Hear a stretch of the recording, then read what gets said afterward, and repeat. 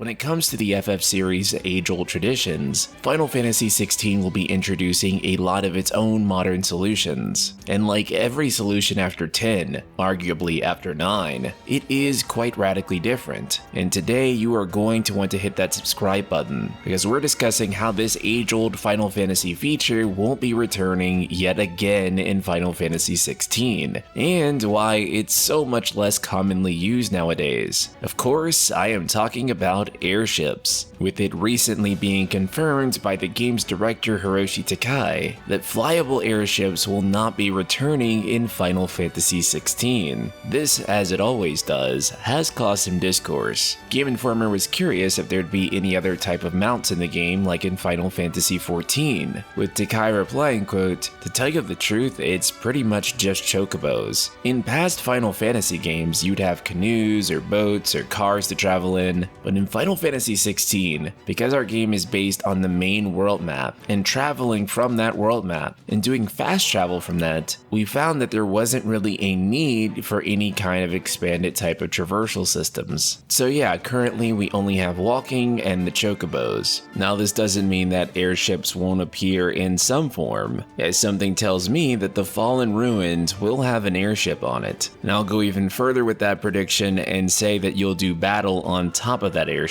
This comes from the particular wording in the Game Informer article that says, quote, "However, Takai notes there are parts in the story where Clive will use other types of traversal. These aren't accessible elsewhere." And we've already seen an example of what he means by this. If you look carefully at one of these past trailers, you can see this boat here, which apparently has some sort of ether jet engine strapped to it. When an airship invariably does appear, I suspect that it will be more of a set piece moment. Now, of course, this still angers people because they want to be able to fly around an airship themselves, as they did in the Final Fantasy games of the past. Final Fantasy XV featured an airship, but it was only a post-game unlock. But really, there's not much else you can do once you get this airship. And if they were to give it to you earlier during the game, then it would kind of just break the open world, allowing you to cover vast amounts of distance in no time. From a design perspective, implementing airships is pretty challenging. Part of that challenge is that we don't have a world map like we used to. So unless your game is an open world game, and you are flying around that open world, in a zone-based game like Final Fantasy XVI,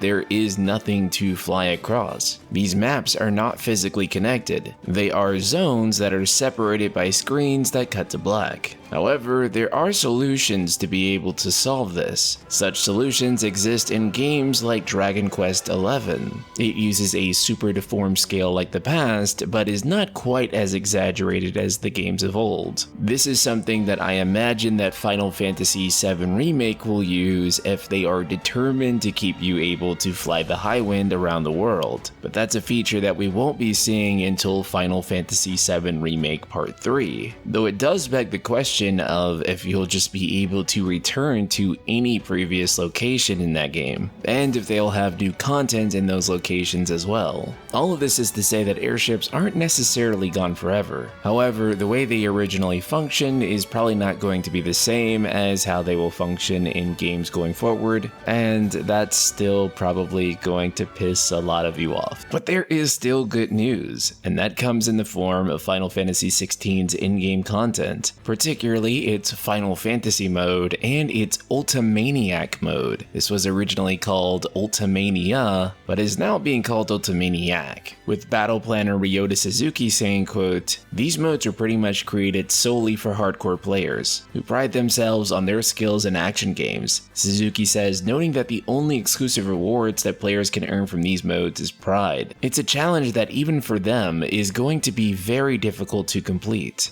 Doing a New Game Plus will allow you to upgrade your weapons beyond what you could in your initial playthrough. You'll also be able to upgrade your accessories, which is something that you can't do in the normal mode. This is something that can only be possible in Final Fantasy mode through a New Game Plus. This is nice because I thought in these harder difficulties they would remove any of the RPG elements and just focus on the action game aspect, but in fact it seems like for that higher level of play they unlock some new RPG elements for you, making this brand new mechanic of upgrading accessories something to keep you busy with in the next playthrough. As far as what else you can do in the endgame, you'll gain access to something called the Final Chronolith Trials, which Takai describes as the most difficult content in Final Fantasy XVI, each consisting of multiple stages, with 4 rounds of enemies, and an increasing level of difficulty with each round you progress. This is then all finished off with a 4th round that features a boss. Each and every one of these trials will be based on an icon as well, with its limitations imposed around it. For example, whenever you're playing through Phoenix's Trial by Fire, you will only have access to Phoenix's iconic abilities. This will force you to use a different playstyle than the one you're accustomed to. These stages also have a list of moves and objectives that you can execute to gain more time, so you'll be highly encouraged to do those so that you don't run out of time. There is also no healing, so you'll need to pull off all of these feats without errors. This is going to be insanely difficult content, and something that is sure to keep Final Fantasy fans busy for a very long time after the game releases. If you want it to be, Final Fantasy XVI looks to be the most challenging game in the series yet. There are also plenty of accommodations for people who are not looking for that sort of challenge in the game. However, you can definitely look forward to me playing Final Fantasy and Ultimaniac mode. Shout out to Cameron McDonald and the rest of the Ultima community.